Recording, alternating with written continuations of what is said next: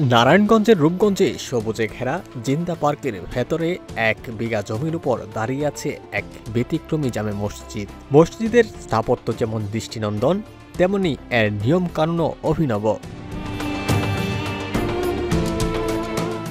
এখানে শুধু নামাজ পড়লেই হয় না, উপস্থিতি রেকর্ড করা হয় ফিঙ্গারপ্রিন্ট বা ডিজিটাল হাজিরার মাধ্যমে। আর সেই হাজিরা থেকে তৈরি হয় এক ধরনের আমলনামা।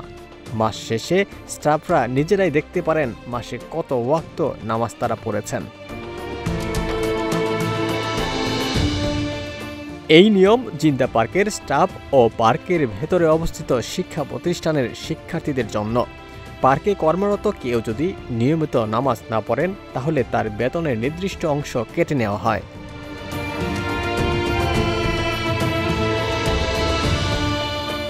আবার যারা 5 ওয়াক্ত নামাজ আদায় করেন, তারা পান বিশেষ প্রণোদনা। মসজিদ কর্তৃপক্ষের ভাষায় এই ব্যবস্থা মূলত ধর্মীয় অনুশাসনের পাশাপাশি সততা ও নৈতিকতার চর্চা বাড়ানোর জন্য।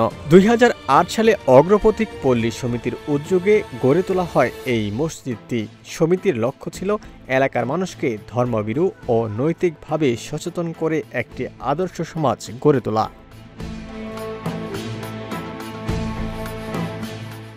এই মসজিদের প্রতিদিনের হাজিরা সংরক্ষণ করা হয় ডিজিটাল সিস্টেমে। মাস শেষে প্রতিটি কর্মীর আমলনামা তৈরি হয়। এতে দেখা যায় মাস জুড়ে তিনি কত ওয়াক্ত নামাজ পড়েছেন। কেউ নিয়মিত নামাজ পড়লে তাকে প্রণোদনা দেওয়া হয়, অন্যদিকে যারা নামাজে গাফিলতি করেন তাদের বেতনের 5% কেটে নেওয়া হয়।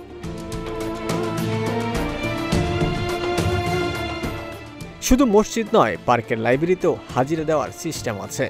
2 স্থানেই স্টাফদের ডিজিটাল হাজিরা দিতে হয়। এর ফলে শৃঙ্খলা বজায় থাকে এবং কর্মীদের মধ্যে দায়িত্ববোধ তৈরি হয়। মসজিদের ইমাম মাওলানা নাজিবুল্লাহ জানান, এখানে শুধু ধর্মীয় অনুশাসন নয়, সমাজসেবামূলক কাজও হয়। মসজিদ স্টাফদের জন্য নামাজ বাধ্যতামূলক। প্রতিটি ওয়াক্তের হিসাব রাখা হয়, আর মাস শেষে সেই হিসাব থেকে জানা যায় কে কতটা নামাজ পড়েছেন।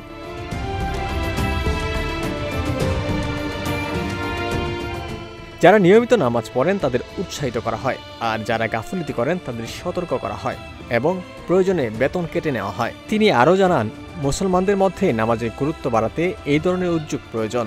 শহরে হয়তো এই ব্যবস্থা কার্যকর সম্ভব হয় না, তবে গ্রামীণ এলাকায় প্রতিষ্ঠান ভিত্তিকভাবে তা বাস্তবায়ন করা যেতে পারে। ওমর ফারুক, ঢাকা প্রকাশ।